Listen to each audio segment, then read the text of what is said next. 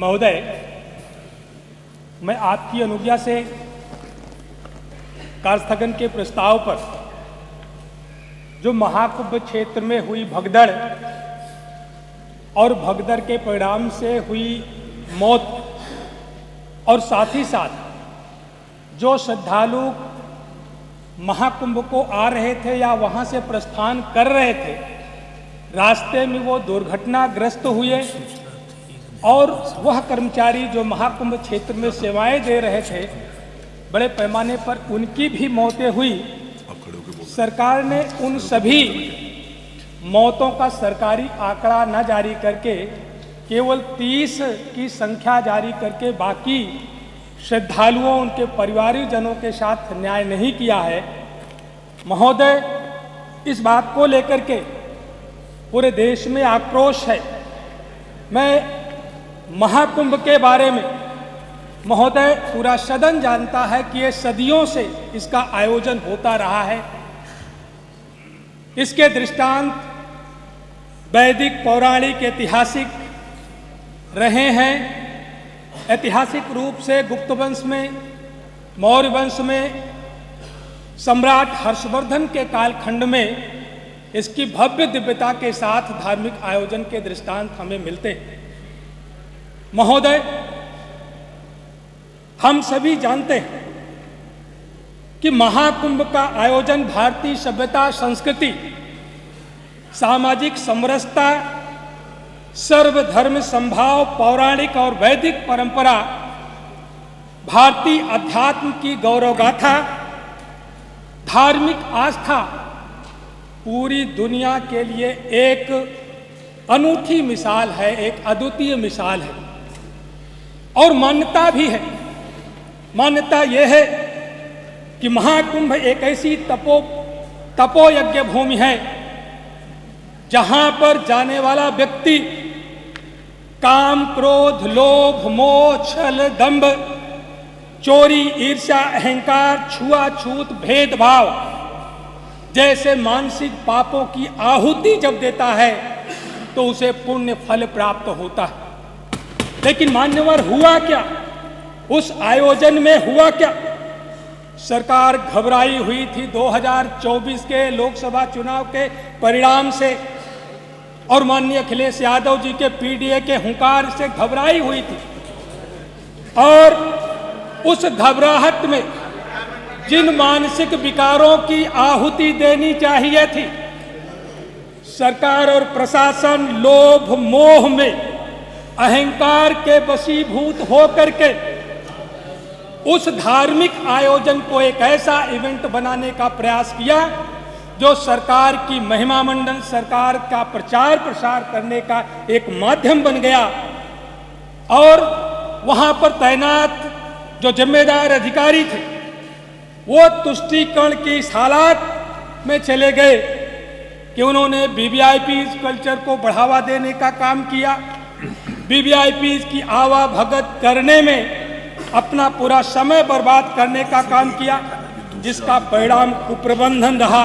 वहां पर input output का ध्यान नहीं रखा गया कि उस जियोग्राफिकल एरिया में जो जितना मास आया है वो कितना आ रहा है, कितना बाहर निकल रहा है, इसके प्रबंधन पर कोई ख्याल नहीं रखा गया। और लिहाजा जो भगदड़ हुई, सरकार ने कहा था कि हमने कई हजार ड्रोन कैमरे लगाए, कई हजार सीसीटीवी कैमरे लगाए हैं। संगम के नोच पर जो घटना हुई, अधिकारियों ने उसको स्वीकार किया, लेकिन अभी तक एक भी वीडियो फुटेज उसका जारी नहीं किया, सार्वजनिक नहीं किया। जो झूसी के क्षेत्र में हुई, जो प्लांटून पुल टूटा, जो वहां पर घटना हुई, उसको भी स्वीकार करने का काम नहीं किया।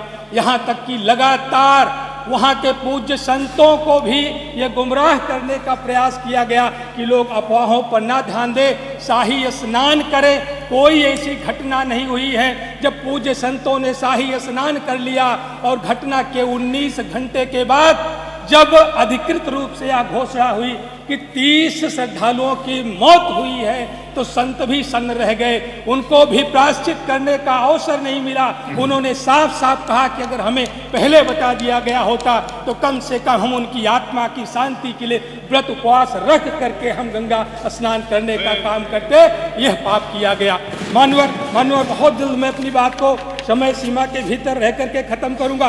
तुष्टीकरण के हालात तो ये हो गए कि जिम्मेदार अधिकारियों के द्वारा ऐसी ऐसी बातें कही गई, एक धर्म विशेष के समुदाय को टारगेट करके कहा गया कि इनको यहाँ पर आना वर्जित है। मानवर हम सब लोग जानते हैं कि हमारे भारत की सभ्यता और संस्कृति, आध्यात्मिक विरासत जो हमें मिली है, इसकी पहचान पूरी दुनिया में जो जिस बात पर बनी है, आप सबको ध्यान होगा कि स्वामी विवेकानंद जी जब 18 सितंबर 1893 को अमेरिका के शिकागो की धरती पर जब गए थे और जब वहाँ पर विश्व धर्म सम्मेलन हुआ था तो उन्होंने पहली बात कहा था कि भाइयों और बहनों, मुझे गर्व है कि मैं ऐसे देश से हूँ जिस देश ने दुनिया के सारे धर्मों को शरण देने का काम किया है। मुझे गर्व है कि मैं ऐसे धर्म से हूँ जिसने पूरी दुनिया को सहिष्णुता और सार्वभौमिक स्वीकारता का पाठ पढ़ाने का काम किया है और इस बात को लेकर के पूरी दुनिया से समर्थन मिला। और वह स्वामी विवेकानंद जो भारतीय अध्यात्म की गौरव गाथा का प्रतिनिधित्व कर रहे थे, जिस विरासत का प्रतिनिधित्व कर रहे थे, उसका सम्मान, उसका गौरव पूरी दुनिया में बढ़ाने का काम किया। लेकिन हम कहाँ चले गए? हम इतनी दकियानुसी विचारधारा में आ गए, ये नहीं आएगा, वो नहीं आएगा। सारे लोग मिलजुल करके वहाँ पर व्यवसाय करने का काम करते थे, सामाजिक भाईचारा, सामाजिक समरसता को बढ़ावा देने का काम करते थे। इसीलिए हमारा अध्यात्म जो वसुधैव कुटुम्बकम का नारा दिया कि अयम निजः परो वेति गणना लक्षेत श्याम उदार चरिता नाम तू वसुधैव कुटुम्बकम, इसी बात के लिए कहा गया और यही हमारी पहचान है। महोदय, जो वहाँ पर बहुत थोड़ी सी बात, जो वहाँ पर कुप्रबंधन हुआ है, बड़े बड़े उद्योगपतियों और कंपनियों का अनियंत्रित मुनाफेखोरी का व्यवसाय बढ़ाने का काम किया गया। वहाँ पर 2-2 रात रुकने का, कॉटेज का किराया 2.5 लाख रुपया वसूलने का काम किया गया। वहाँ पर जो बड़े बड़े होटल थे जिनका 5,000 रुपये का एक रात का किराया होता था, उन्होंने 50 हजार रुपये का किराया वसूलने का काम किया गया।